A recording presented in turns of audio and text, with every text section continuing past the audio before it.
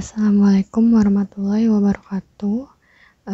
Saya Melati Indrani. Pada kesempatan kali ini akan mencoba menjelaskan analisa berdasarkan dataset yang diberikan pada saat ujian tengah semester statistika dan probabilitas.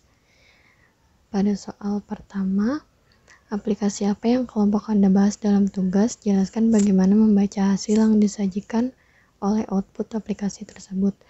Aplikasi yang dibahas dalam tugas kelompok saya adalah SAS, yaitu kita memakai versi webnya, kemudian kita memakai dataset kebaya. Di sini kita akan coba dataset kebayanya. Kita simpan dulu filenya terlebih dahulu.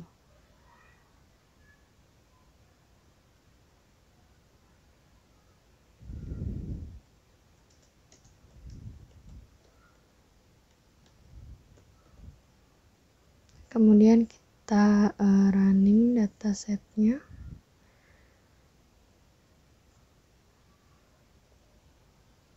Di sini kita bisa melihat dataset yang sudah kita upload ke SAS. Kemudian dari dataset ini kita menghasilkan sebuah output.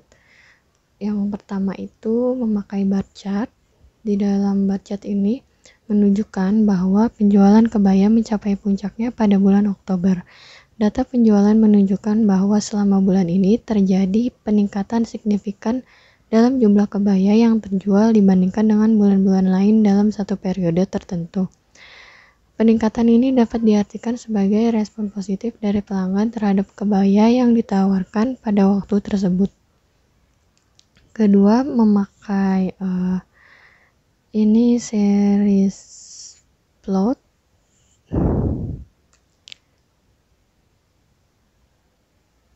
Kita memakai yang kedua itu adalah line chart.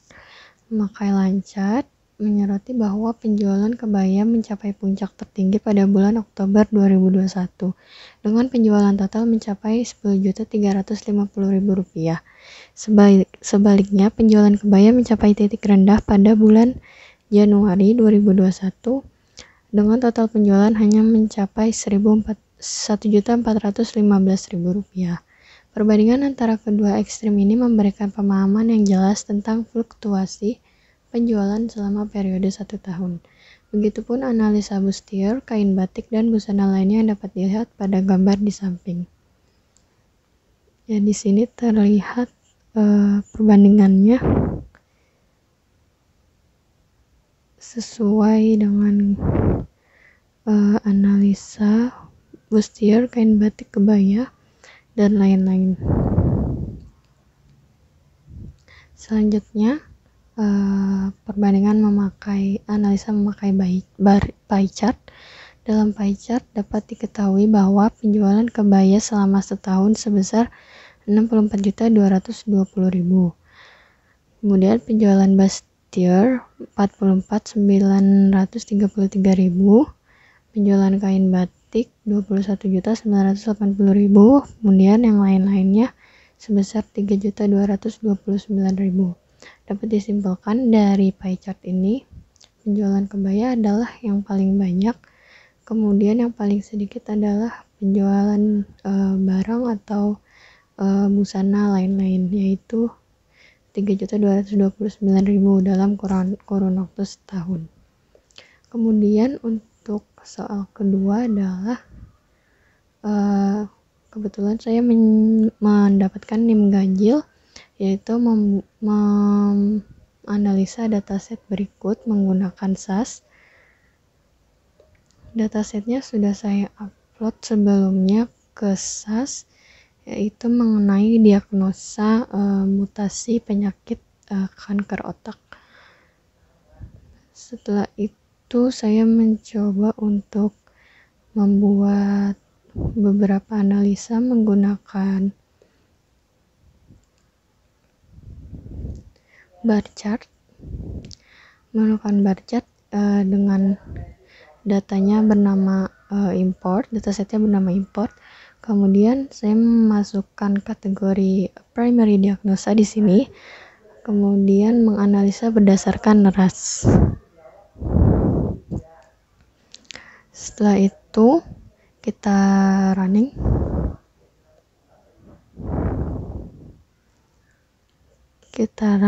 Kemudian ini hasilnya didapatkan seperti ini. Kemudian yang kedua, saya mencoba juga di pie chart. Pie chart itu memakai analisa berdasarkan primary diagnosis berdasarkan gender atau jenis kelamin. Kita coba. Ya, di sini terlihat gendernya laki-laki dan perempuan. Ini kemudian jenis mutasinya terlihat mana yang terbanyak dan yang sedikit. Kemudian ini adalah penjelasan analisanya. Untuk pie chart yang setelah dianalisa ini dapat diketahui bahwa jenis kanker terbanyak yang diderita oleh gender laki-laki dan perempuan adalah glioblastomas, yaitu sebanyak 222 dan 138. Kemudian jenis kanker terendah yang diderita oleh gender laki-laki dan perempuan adalah astrocytoma NOS, yaitu sebanyak 34 dan 24. Hal ini disebabkan karena glioblastoma merupakan jenis kanker otak yang cepat pertumbuhannya dan gejala awal yang tidak spesifik atau khas. Sementara astrocytoma NOS adalah jenis yang kurang agresif atau pertumbuhan yang lambat dibanding varian lainnya. Kemudian selanjutnya penjelasan mengenai bar chart berikut berdasarkan RAS dan primary diagnosanya. Dalam bar chart ini dapat diketahui bahwa pada RAS white, jenis kanker glioblastoma paling banyak yang mengidapnya dibanding jenis kanker lainnya. Glioblastoma juga paling banyak pada RAS lain, sehingga dapat disimpulkan bahwa memang paling banyak jenis kanker ini diderita pada otak. Di sini terlihat warna ungu adalah RAS white. Kemudian glioblastoma itu paling banyak juga diderita pada RAS lainnya.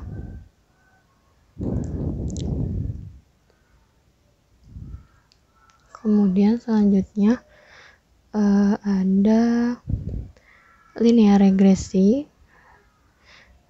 Saya mencobanya dengan dataset lain, tapi masih didiagnosa mutasi kanker otak menggunakan dataset bernama NEO2 dengan variabel ATRX dan berdasarkan gender dan ras.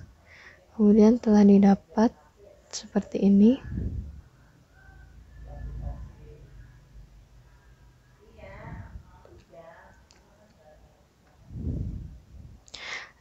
Pada tabel berikut ini dapat dijelaskan, tabel kedua ini menjelaskan root MSE atau rata-rata dari dependent variabel, koefisien variasi, dan koefisien determinasi.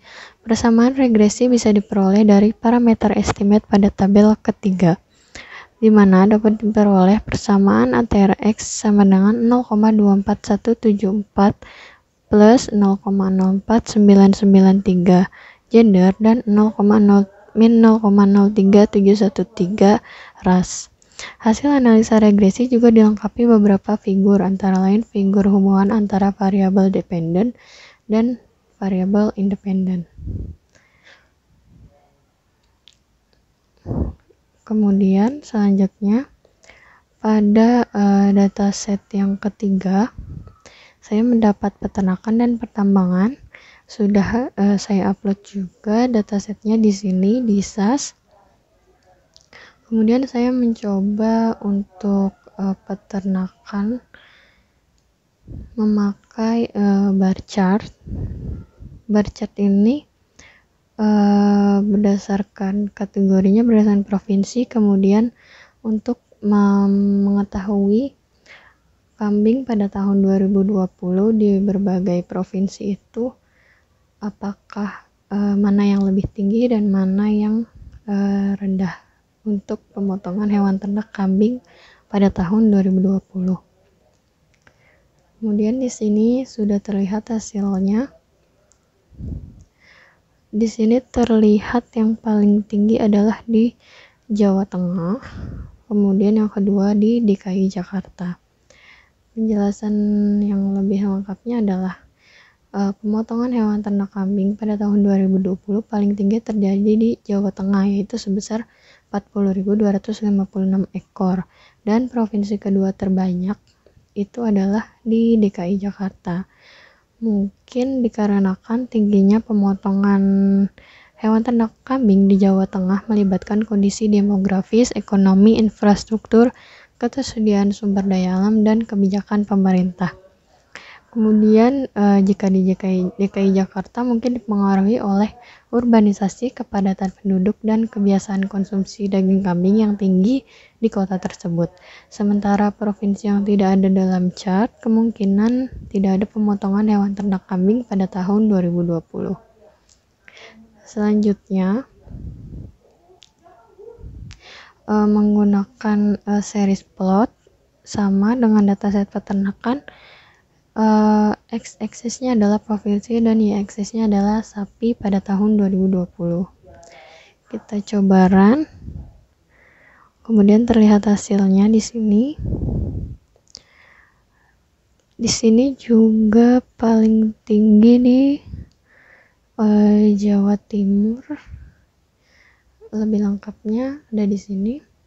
Pemotongan hewan ternak sapi pada 2020 mencapai tingkat tertinggi di Provinsi Jawa Timur dengan jumlah lebih dari 20.000 ekor. Sementara provinsi dengan jumlah terbanyak kedua adalah di Jawa Barat. Di sini, sebaliknya provinsi dengan pemotongan hewan ternak sapi terendah adalah di Sulawesi Barat. Faktor-faktor yang mungkin mempengaruhi tingginya pemotongan di Jawa Timur dan Jawa Barat dapat melibatkan demografi, tradisi konsumsi, ekonomi, infrastruktur, serta kebijakan pemerintah terkait peternakan. Sulawesi Barat mungkin memiliki tingkat pemotongan yang lebih rendah karena berbagai alasan seperti preferensi konsumsi lokal, kondisi ekonomi, atau faktor geografis. Selanjutnya ada dataset untuk pertambangan. Saya memakai dataset memakai analisa grafik, pie chart, bar chart, kemudian pie chart lagi, dan tabel analisis. Pie chart ini untuk bahan bakar minyak, kategorinya 2018, subkategorinya bahan bakar minyak. Kemudian kita coba untuk melihat. Ini adalah analisa tahun 2018 untuk bahan bakar minyak. Yang paling banyak itu adalah adu itu 441.766 barel. Dalam pie chart ini menunjukkan produksi bahan bakar minyak tahun 2018 paling tinggi itu adalah ADO atau Automotive Diesel Oil. Salah satu jenis ADO adalah solar, yaitu sebesar 141.766 barel. Menandakan permintaan tinggi untuk bahan bakar diesel, terutama dalam sektor transportasi dibanding bahan bakar minyak lainnya. Dan terbanyak kedua adalah premium. Dalam kan premium ini banyak digunakan untuk transportasi juga seperti ADO. Faktor-faktor seperti kebergunaan ADO untuk transportasi, kondisi ekonomi, regulasi lingkungan, dan stabilitas pasar mungkin telah berkontribusi pada pola produksi tersebut. Kemudian selanjutnya saya memakai bar chart juga untuk negara penghasil minyak mentah pada tahun 2016. Kita akan lihat paling tinggi di negara mana. Di sini terlihat paling tinggi itu negara Arab Saudi, yaitu dengan warna merah, yang ditandai dengan warna merah. Kemudian yang kedua adalah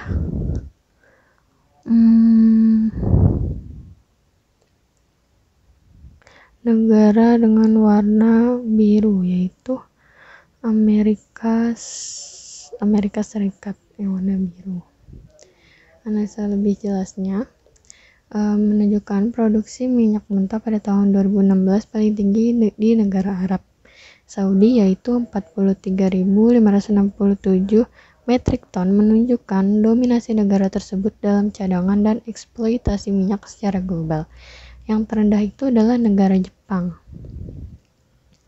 Jepang itu di sini hampir tidak terlihat, itu hanya sebesar 39.000 metrik ton, yang dapat dijelaskan oleh keterbatasan sumber daya alam dan ketergantungan negara ini pada impor minyak untuk memenuhi kebutuhan energinya. Faktor-faktor seperti geologi, kebijakan energi, dan kapasitas ekstraksi menjadi penentu utama perbedaan produksi minyak mentah antara Arab Saudi dan Jepang pada tahun 2016. Kemudian selanjutnya ada menggunakan pie chart lagi untuk barang tambang mineral pada tahun 2021 dengan menggunakan variabel yang sama dengan subkategori untuk variabel measure-nya atau pengukurannya. Kita coba running dan kemudian terlihat hasilnya. Dari sini terlihat yang paling tinggi adalah di batu bara, yaitu sebesar 614.058.577.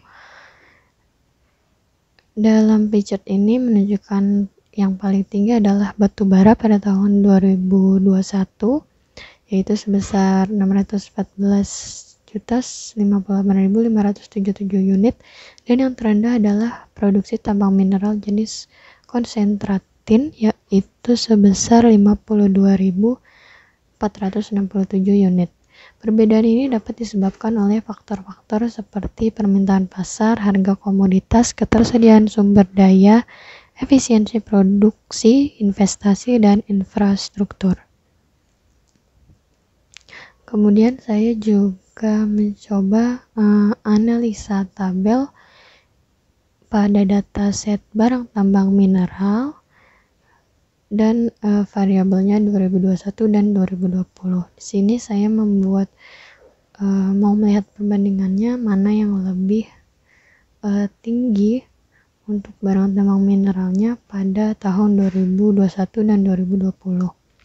Di sini 2021 terlihat granit, nikel, pasir besi, dan perak adalah 0.